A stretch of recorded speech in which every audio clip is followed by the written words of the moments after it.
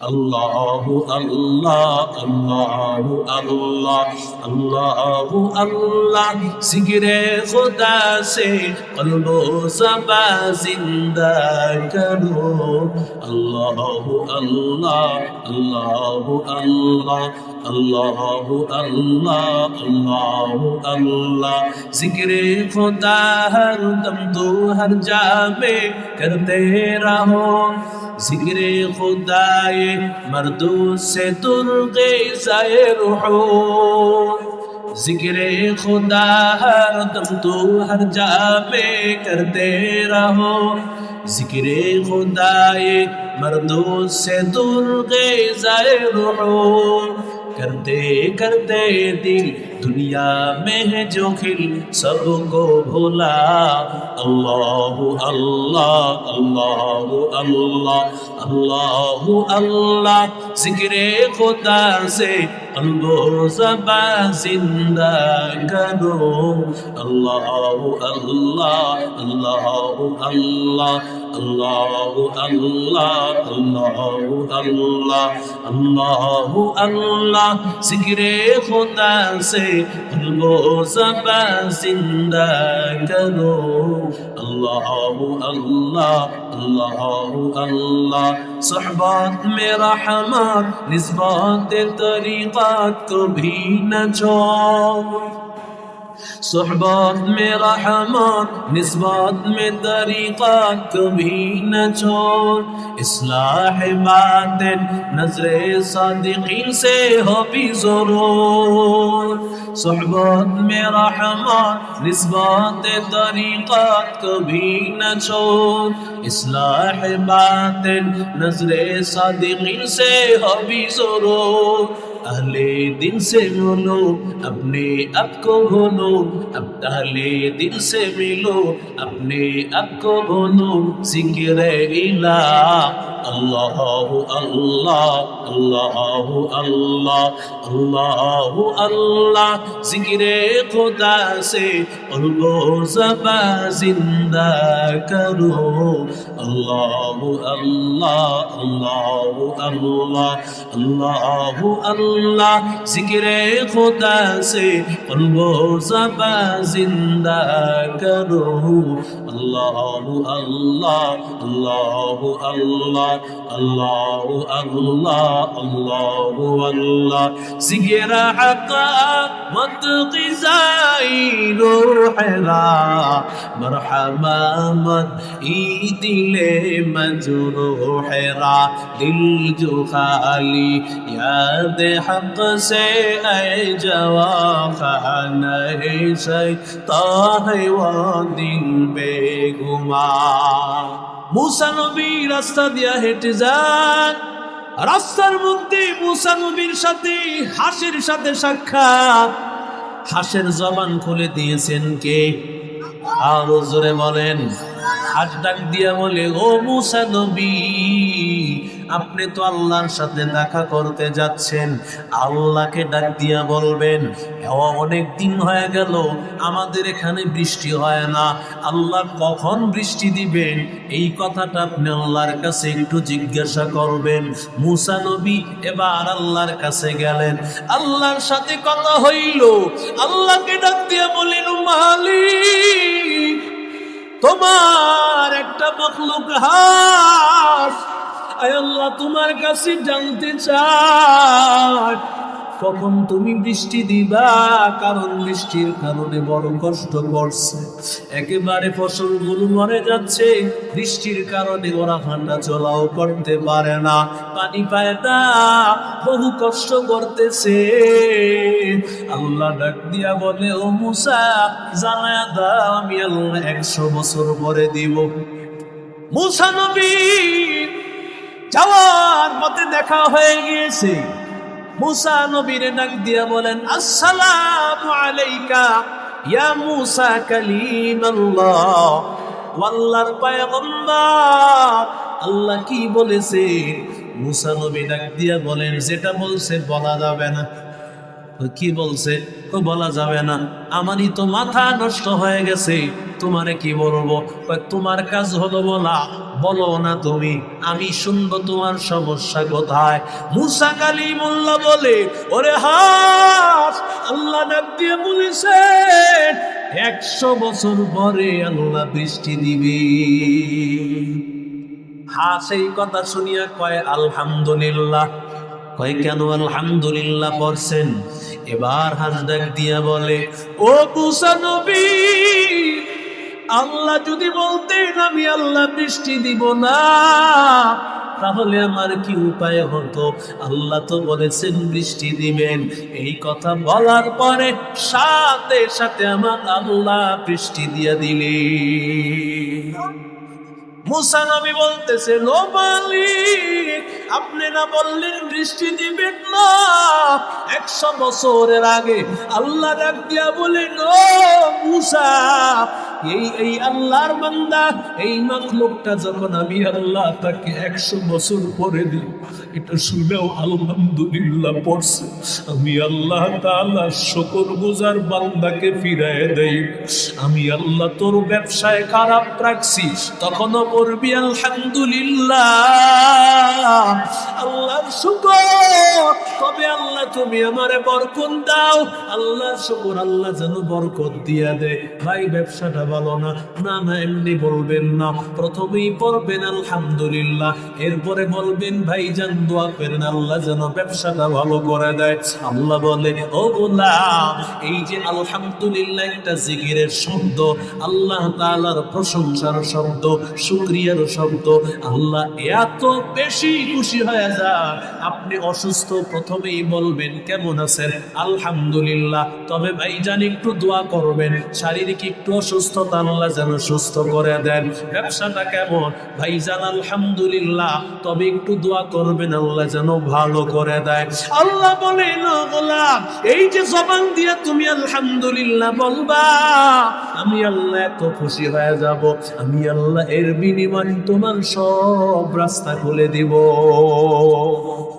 মায়ার নবী বলেন সুবহানাল্লাহ, আল্লাহর কাছে বড় দামি। রহমাতুল লিল আলামিন বলেন আলহামদুলিল্লাহ বড় দামি। আল্লাহু আকবার বড় দামি, লা ইলাহা ইল্লাল্লাহ বড় দামি। আল্লাহর কাছে সবচেয়ে প্রিয় শব্দ হলো সুবহানাল্লাহ, আলহামদুলিল্লাহ, লা ইলাহা ইল্লাল্লাহ, আল্লাহু আকবার। অন্যদিকে আমার মায়ার নবী কি বলেন? লা নাকুলা সুবহানাল্লাহ ওয়ালহামদুলিল্লাহ ওয়ালা ইলাহা ইল্লাল্লাহু আল্লাহু আকবার আহাব্বু ইলাইয়া মিম্মা তালাআত আলাইহিস শামস। পয়গম্বর বলেন সুবহানাল্লাহ পড়া, আলহামদুলিল্লাহ পড়া, লা ইলাহা ইল্লাল্লাহ পড়া, আল্লাহু আকবার পড়া, দুনিয়ার যত জায়গায় সূর্য পড়ে, পৃথিবীর যত জায়গায় সূর্য পড়বে, সব জায়গার চাইতে আমি রহমাতুল লিল আলামিনের কাছে এই 4টা শব্দ উচ্চারণ করা দুনিয়ার চেয়ে অনেক দামি। ঢাকার গুলশানের জমিনেরও দাম নাই, মতিঝিলেরও দাম নাই, কোনো কিছুর দাম নাই। নবী বলেন এই 4টা শব্দের এত দাম, আমি নবী একবার সুবহানাল্লাহ বলা গোটা পৃথিবীর চেয়ে বড় দামি। একবার আলহামদুলিল্লাহ পড়া গোটা পৃথিবীর সব জমিনের চাইতে দামি। একবার আল্লাহু আকবার বলা গোটা পৃথিবীর সমস্ত জমিন, সব জমিনের চাইতে সম্পদের চেয়ে দামি। আরো জোরে বলে আল্লাহ বলেন 4টা শব্দ আমার কাছে দামি, নবীও বলেন 4টা শব্দ দামি। এবার রাহমাতুল লিল আলামিন বলেন, ইন্নাল্লাহ আস্তাফা মিনাল কালামি আরবা, চারটা শব্দকে আল্লাহ তাআলা সেরা বানিয়েছেন। সুবহানাল্লাহ বলেন। চারটা শব্দ নির্বাচিত শব্দ।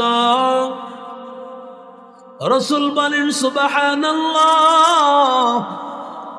আলহামদুলিল্লাহ, আল্লাহু আকবার, লা ইলাহা ইল্লাল্লাহ। রাসূল বলেন এই চারটা শব্দ আমার আল্লাহ সমস্ত কথা, যত কথা আছে সব কথার মধ্যে এই চারটা শব্দ আল্লাহর কাছে নির্বাচিত শব্দ। কি মনে করলেন? আমি আপনি মনে করি সুবহানাল্লাহ বললে আর কি লাভ হবে? রাসূল বলেন এটা আল্লাহর কাছে এই চারটা শব্দ দামি,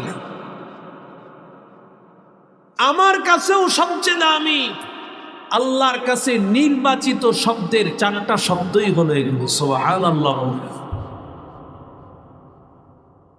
রাসূল আরো কি বলেন জানেন? সাহাবাই কারাম, ধনী ধনী সাহাবী যাদের অনেক টাকা পয়সা আছে, রাসূল করিম সাল্লাল্লাহু আলাইহি সাল্লাম তারা যাকাত দেওয়ার মাধ্যমে তাদের মর্যাদা বাড়ত, কারণ তাদের সম্পদ আছে। সদকা করার মাধ্যমে তাদের মর্যাদা বৃদ্ধি হতো, কারণ তাদের সম্পদ আছে। কিন্তু যেই সাহাবীগুলো গরিব, এরা দিবে কোত্থেকে? টাকা তো নাই। গরিব সাহাবীরা নবীর কাছে ডাক দিয়ে বলেন, ও পয়গম্বর, আমরা বড় গরিব, ধনী সাহাবীরা জান্নাতি, আহলাত তুসুম, যারা টাকাওয়ালা তারা জান্নাতি হয়ে যায়। রাহমাতুল লিল আলামিন বলেন, কি করবা? তাহলে তোমাদেরকে একটা শব্দ শিখাইয়া দেই। ও সাহাবায়ে কেরামের দল, তোমরা সুবহানাল্লাহ পড়বা। ইন্না কুল্লা তাসবিহাতিন সাদাকাতুন, তাসবিহ পড়া সদকার সওয়াব হয়ে যাবে। আরো জোরে বলেন, ওয়া ইন্না কুল্লা তাহমিদাতিন সাদাকা, আলহামদুলিল্লাহ পড়বা, কারণ আলহামদুলিল্লাহ পড়াটাও সদকার সওয়াব হয়ে যাবে। ওয়া ইন্না কুল্লা তাহলিলাতিন সাদাকা, নবী বলেন লা ইলাহা ইল্লাল্লাহ, লা ইলাহা ইল্লাল্লাহ পড়াটাও সদকার সওয়াব। ওয়া ইন্না কুল্লা তাকবীরাতিন সাদাকা, নবী বলেন আল্লাহু আকবার বললা এটাও সদকার সওয়াব হয়ে যাবে। আল্লাহু আকবার। এবার গরিব সাহাবীরা আমল শুরু করে দিয়েছে। সুবহানাল্লাহ, আলহামদুলিল্লাহ, ওয়ালা ইলাহা ইল্লাল্লাহ, ওয়াল্লাহু আকবার। সাহাবীরা যখন, গরিব সাহাবীরা গোপনে গোপনে আমল করেন, এই আমলগুলো ধনী সাহাবীরা লক্ষ্য করেছেন। চিন্তা করে দেখেন গরিব সাহাবীরা কি যেন পড়তেছে। এবার জিজ্ঞাসা করতেছে, কেমন করতেছো? যখন গরিব সাহাবীদের কাছ থেকে জানতে পারল ওরা আমল করে সুবহানাল্লাহ, আলহামদুলিল্লাহ, আল্লাহু আকবার, লা ইলাহা ইল্লাল্লাহ, আমলটা শুনিয়া ওরাও আমল শুরু করে দিল। ধনী সাহাবীরা যখন আমল শুরু করে দেয়, গরিব সাহাবীরা গিয়া জানায়, ও পয়গম্বর, আপনি যে আমল শিখায় দিয়েছেন, ধনী সাহাবীরাও এই আমল শুরু করে দিয়েছে। সুবহানাল্লাহ বলেন। এখনকার ধনীরা তো চিন্তা করে একটা বাড়ি বানাইছি, আর একটা কেমনে বাড়ানো যাবে। বড় লোক আমার পুলিশে আরো জানতে চায়, ও যুবক, যারা আল্লাহর পাগল ওরা বড়লোক হওয়ার পেছনে চিন্তা করতো না, ওদের চিন্তা আমার মালিক কিভাবে সবচাইতে বেশি খুশি হবে, আল্লাহরে খুশি করার জন্য সব সময় থাকতো পাগল। এরে আল্লাহর গোলাম, আল্লাহর কাছে জিকিরের এত দাম। রাহমাতুল লিল আলামিনের একজন সাহাবী আসওয়াদ তার নাম। আসওয়াদ মানে কালো, সাহাবীটা দেখতেও ছিলেন কালো। সুবহানাল্লাহ বলেন। আল্লাহর বান্দা রাহমাতুল লিল আলামিন যুদ্ধের ময়দানে আল্লাহর নবী গিয়ে এক জায়গায় তাবু গেড়েছে। সেখানে নবী যখন তাবু গেড়েছেন, ওদিক দিয়া আসওয়াদ সাহাবী, সে তো ছিল তখন কাফের। কাফের আল্লাহর বান্দার গোলাম ছিল, সে বকরি চড়াইতো। আল্লাহর বান্দা জানতে পেরেছে মুসলমানদের নবী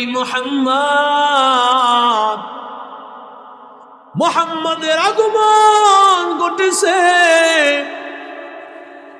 মুহাম্মদ নবী নাকি কাফেরদের বিরুদ্ধে লড়বে, সব কাফেরদেরকে ধ্বংস করে দিবে। এবার আসওয়াদ আল্লাহর বান্দা মনে মনে চিন্তা, আমি মুহাম্মদকে যে করে হোক দেখব। আল্লাহর বান্দা বকরি চড়াইতে চড়াইতে হঠাৎ করে এক জায়গায় গিয়েছেন, দেখে অনেক মানুষ দেখা যায়।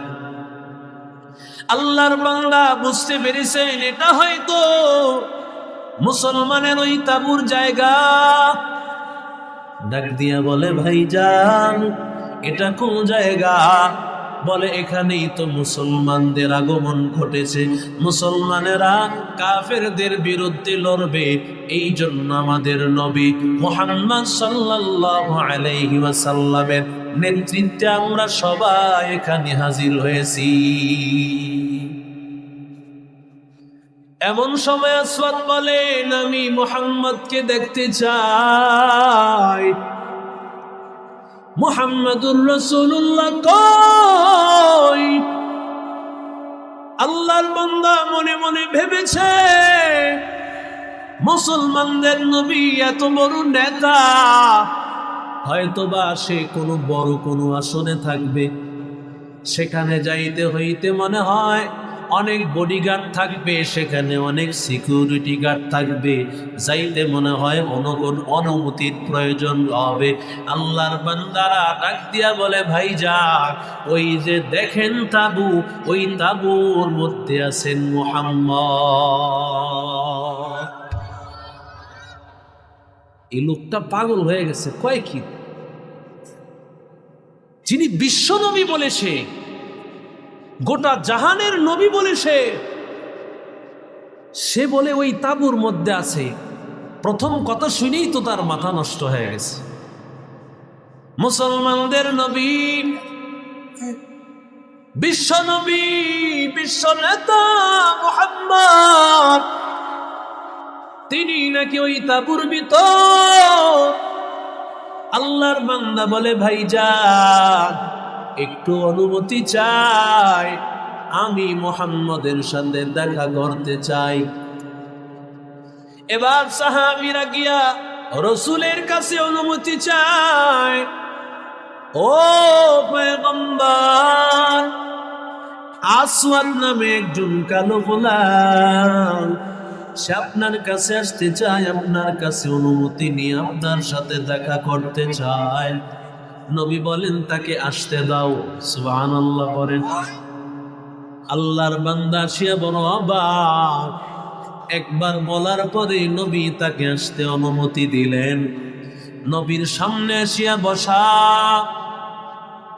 এবার নবীরে ডাক দিয়া বলি, মুহাম্মদ আপনি কি বিশ্ব নবী, মুসলমানদের নবী? আল্লাহর বান্দা পয়গম্বর রাহমাতুল লিল আলামিন আসওয়াদ বান্দারে ডাক দিয়া বলে, ভাই আমি তো আখিরি জামানার নবী, আখিরি জামানার পয়গম্বর। এরে আল্লাহর বান্দা, এরে নবীর আশিক উম্মতির দল, বলে আপনার এই ধর্মের কালেমা পড়লে কি লাভ হবে? যদি আমি আপনার দলে শরীক হই আমার কি ফায়দা হবে বলেন? আল্লাহর নবী ডাক দিয়া বলে, ও আসওয়াদ, তুমি একজন কালো সাহাবী, তোমার শরীর থেকে দুর্গন্ধ বের হয়, তুমি যেহেতু বাহিরে কাজ করো গরমাক্ত হইয়া ঘামে তোমার কাপড়টা গরমাক্ত হইয়া দুর্গন্ধ বের হয়। ওরে আসওয়াদ, ভালো করে শুনে নাও, যদি তুমি কালেমাটা বলো তোমার সারা শরীরে মেশকাম্বরের ঘ্রাণ দিয়া সুগন্ধি যুক্ত করে দিবেন কে? আরো জোরে বলে। আমার মায়ার নবী ডাক দিয়া বলেন, ও সাহাবী, আমি ওয়াদা করলাম তুমি যদি কালিমা পড়তে পারো আমি রহমতের নবী আমার বুকের সাথে তোমার বুকটা লাগাইয়া দিব। আরো জোরে বলে। আসওয়াদ তো বড় অবাক, কারণ তার শরীর থেকে দুর্গন্ধ বের হয়। একজন এমপি যদি, মন্ত্রী যদি বলে এই মুরাদপুরে তোমার সাথে আমি মুআনাকা করব, হ্যান্ডশেক করব, আপনি তো মহা খুশি হয়ে যাবে, এত বড় এমপি এত বড় মন্ত্রী আমার সাথে মোলাকাত করবে। বিশ্ব নবী, নবীদের নবী, সব মানুষের নবী, সব ফেরেশতাদের নবী, সমস্ত জিনদের নবী, আসমানের নবী, জমিনের নবী, রহমতের নবী আমার আল্লাহর নবী ডাক দিয়া বলে, আমি তোমার সাথে মুলাকাত করব, বুকের সাথে বুকটা লাগাইব। আর সাহাবী তুমি ভালো করে শোনো, তোমার চেহারাটা কালো, কালেমা পড়ার সাথে সাথে আল্লাহ তোমার চেহারা পূর্ণিমার চাঁদের মতো করে দিবে। या इलाही तू मेरा माबूद है, या इलाही तू मेरा माशूक है, या इलाही तू मेरा गफ्फार है, या इलाही तू मेरा सत्तार है, या इलाही मुझसे मुझको दूर कर, ताकि देखो मुझ में तुझको एक नजर, हर तमन्ना दिल से रुखसत हो गई, अब तू आजा, अब तू खलवत हो गई, बुजुर्गी की नहीं हमको जरूरत, गुलाम अपना बना ले ऐ खुदाया। এরে নবীর আশিক উম্মতের দল, এবার আসওয়াদ আল্লাহর বান্দা সাথে সাথে কালেমা পড়ে ফেলেছে। আরো জোরে বলেন। কালেমা পড়ার পর এবার মায়ার নবীকে ডাক দিয়া বলে, পয়গম্বর আমারে আমল শিখালেন, কি করতে পারি এই মুহূর্তে? নবী আমার ডাক দিয়া বলেন, যদি নামাজের সময় হইতো বলতাম তুমি নামাজ আদায় করো, রমজান থইলে বলতাম রোজা রাখিও, কিন্তু এখন রমজান মাসও না, নামাজের ওয়াক্ত হয় নাই। একটা কাজ তোমার সামনে আছে, বলে কি কাজ? পয়গম্বর বলেন, ও সাহাবী, এই মুহূর্তে যদি যুদ্ধের ময়দানে যাইতে পারো তোমার জন্য একটা আমল ইগুলা, তুমি যুদ্ধের ময়দানে যাইবা। ওরে আল্লাহর বান্দা, আল্লাহর নবীর সাহাবী ডাক দিয়া বলেন, ও নবী, আমি তো কোনো আমলই করি নাই, এক ওয়াক্ত নামাজ আদায় করি নাই, একটা রোজাও রাখি নাই, কোনো নেকামলি করি নাই, শুধুমাত্র জবান দিয়ে পড়েছি লা ইলাহা ইল্লাল্লাহ। এই কালেমা ছাড়া তো আমি কিছুই পড়ি নাই। নবী আমার ডাক দিয়ে বলেন, ও আসওয়াদু কালো সাহাবী, যদি এই মুহূর্তে যদি তুমি যুদ্ধের ময়দানে শরীক হইয়া তোমার জানটা শেষ হয়ে যায়, আল্লাহ তাআলা বিনিময়ে তোমাকে জান্নাতে পৌঁছায় দিবে। এক ওয়াক্ত নামাজ পড়ছেনি? আরো জোরে বলেন। রাসূল বলেন, সাহাবী এবার বের হয়ে গেলেন, যুদ্ধের ময়দানে গিয়া সাহাবী শহীদ হয়ে গেলেন। ওরে আল্লাহর বান্দা, যেই সাহাবী এক ওয়াক্ত নামাজ পড়ে নাই, রোজাও রাখে নাই, কোরআন তেলাওয়াত করে নাই, সদকাও করে নাই, কোনো আমলই করে নাই, শুধুমাত্র জবান দিয়ে পড়েছে লা ইলাহা ইল্লাল্লাহ, লা ইলাহা ইল্লাল্লাহ, লা ইলাহা ইল্লাল্লাহ, লা ইলাহা ইল্লাল্লাহ, লা ইলাহা ইল্লাল্লাহ। দিন থাকিতে লা ইলাহা ইল্লাল্লাহ বলো ভাই, দিন থাকিতে লা ইলাহা ইল্লাল্লাহ বলো ভাই। দুনিয়াতে আখিরাতে, দুনিয়াতে আখিরাতে চাও যদি ভালাই, দিন থাকিতে লা ইলাহা ইল্লাল্লাহ বলো ভাই, লা ইলাহা ইল্লাল্লাহ, লা ইলাহা ইল্লাল্লাহ, লা ইলাহা ইল্লাল্লাহ, লা ইলাহা ইল্লাল্লাহ। আসবে যেদিন গভীর রাতি,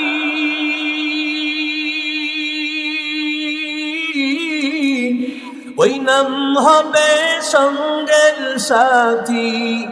আসবে যেদিন গভীর রাতি,